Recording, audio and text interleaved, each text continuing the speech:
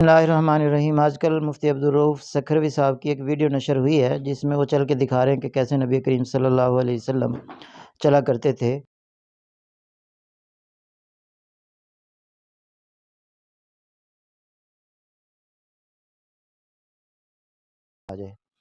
اب سوال یہ ہے کہ کیا علماء کو اس طرح چل کے دکھانا چاہیے؟ دراصل اس کا جواب ایک اور سوال پر منحصر ہے کہ کیا ہم ویسا چل کر دکھا سکتے ہیں؟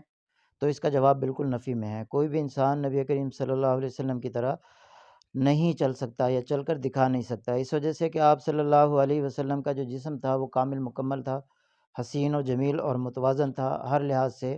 ایک خوبصورت جسم میں اللہ تعالیٰ نے آپ صلی اللہ علیہ وسلم کو ڈھالا تھا۔ اب جو کوئی بھی دوسرا شخص ہوگا وہ ویسا چل کر دکھا نہیں سکے گا، تو جب دکھا نہیں سکے گا پھر چل کر دکھانا بھی نہیں چاہیے، بلکہ اس معاملے میں سلف صالحین کا جو طرز عمل تھا ویڈیو کی بجائے وہ لفظوں پر اکتفا کرتے تھے۔ شمائل ترمذی میں متعدد احادیث ہیں۔ حضرت انس بن مالک، براء بن عازب، علی بن ابی طالب رضی اللہ تعالیٰ عنہم اجمعین، وہ فرماتے ہیں کہ آپ صلی اللہ علیہ وسلم جب چلتے تھے تو تکفع کے لفظ ہیں، اب وہاں تکفع کے پھر مختلف مفاہیم جو ہیں وہ شمائل ترمذی میں بیان کیے گئے ہیں، تو وہ بھی آپ دیکھ سکتے ہیں کہ آگے کو جھکتے ہوئے، تیز قدم اٹھاتے ہوئے اور پورے قوت سے قدم اٹھا کر آپ صلی اللہ علیہ وسلم جو ہے وہ چلا کرتے تھے۔ اب یہ کیفیت بیان کی گئی ہے، اور علماء اور محدثین کبھی ایسا نہیں ہوا تھا کہ وہ درسگاہ کے اندر چل کے ویسا انہوں نے دکھایا ہو۔ یہاں پر میں بھارتی اداکار ہیں عامر خان، ان کی ایک ویڈیو ڈالنا چاہوں گا۔ تو لیکن میں ڈرتا اس لیے ہوں وہ بنانے سے اور یا وہ شروع کرنے سے، ایکچولی میں ڈائریکٹ کرنا چاہتا ہوں مہابھارت، لیکن وہ اتنا ڈیمانڈنگ ہے اور کہیں مجھ سے چوک نہ ہو جائے یا میں اس کو اچھی طرح بنا نہیں پاؤں، اور وہ ایسا ایک مہابھارت کے حوالے سے کیا کہتے ہیں